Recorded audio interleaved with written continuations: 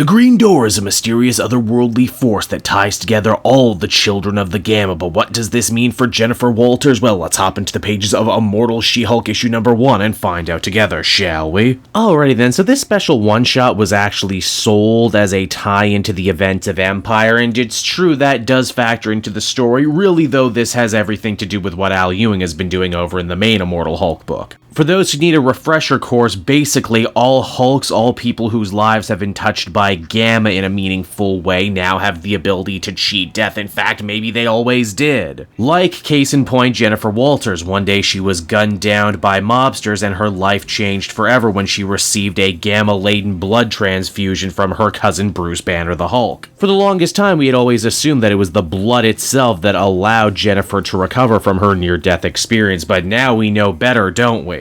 That blood not only made her a Hulk, not only allowed her to cheat death, but opened the world of the Green Door to her. The only difference is that Jen's mind tried to protect her from all this otherworldly stuff by giving her a good old-fashioned case of comic convenient amnesia. We join up with She-Hulk not long after the events of Empyre. She's cleaning up the mess left behind by the Cotati, namely a lesser-known Hulk mutant villain going by the name Tantrum. This guy gets super strong and durable, but only so long as the people around him are afraid, and indeed, Jen has been grappling with a decent amount of fear recently. Luckily, Wolverine is there to help deal some mutant justice. At first, She-Hulk doesn't like the idea of Wolverine killing so willy-nilly in front of her, but Logan says, "Don't worry, I'll bring him back to Krakoa, we'll resurrect him, and then he'll only wish he was dead." Jen regains control of her body just long enough to wonder if Wolverine wants a beer. After all, she's feeling a lot of very complicated emotions right now involving life and death, and Wolverine has come back from the dead, well, more times than most. Heck, that was even before the Mutant 5 created their whole protocols for bringing people back from the dead. How does Wolverine, though, deal with all his many deaths, seeing hell and everything in between? Logan's answer isn't exactly what Jen was looking for. Basically, he says, "I deal with it by not thinking about it and by throwing myself into my work as much as I can." A pretty simple answer, but then again, Wolverine is a pretty simple man when we break it down, isn't it? Then Jen thinks maybe she can get some better insight from Thor. After all, Asgardians are immortal, yes? And for all she knows, this Green Door stuff might very well mean she's immortal too. Unfortunately, once again, the new king of Asgard does not give She-Hulk the answer she was looking for. Sure, Asgardians may seem immortal by the human mind, but Thor's day will come. In fact, he killed Galactus just recently, another guy who seemed to be immortal but very clearly was not. Now what about the second time Jen Walters died? This was during Civil War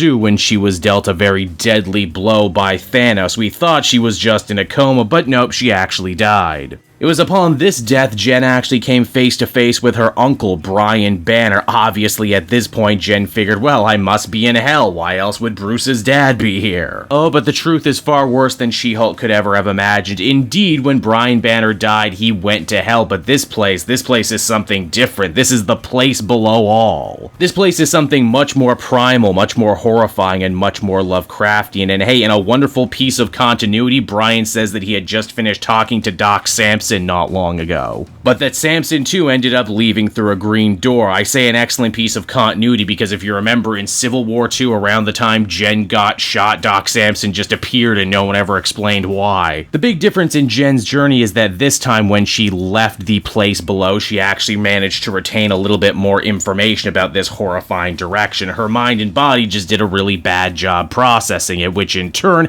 gave birth to the gray savage She-Hulk that we had seen in the Tamaki run.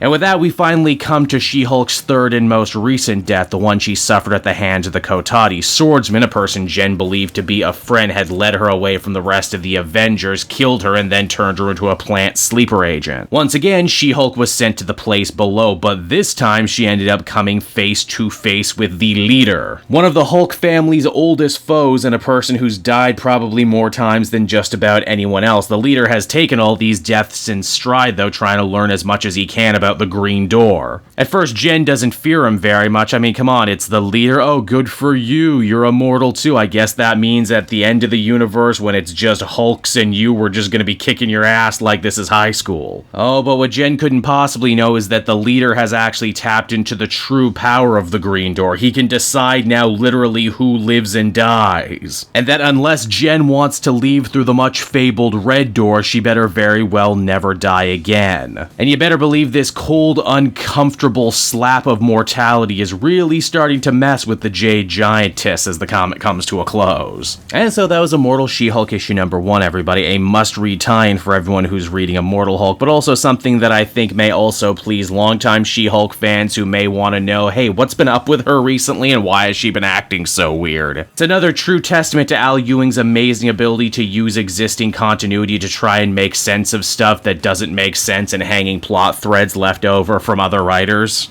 Hunt's art is solid too, and I love seeing the continuity crossover between what's going on in the X-Men books, what's going on in the Thor books, all kind of really happen here and really matter more than it even does in the Avengers book currently. It's certainly nice to see Jen get a little taste of what's going on in probably the best Hulk run in decades right now. It's just a shame that I feel that this book is probably going to be the only thing she's going to get. Overall, though, I'd feel comfortable giving this one a solid 8 out of 10. It was certainly worth the wait. Hey there everyone, it's your old pal Cape Joel again, thanking you so much for watching to the end of the video. I hope you enjoyed it, and if you did, why not check out my Amazon link down in the description. Yes, that's right, the Cape Joel channel officially has its own Amazon storefront now. You can pick up a comic or anything else for that matter, and if you did, you'd really be helping me in the channel. So with that out of the way everyone, I will see you again next time. Bye-bye.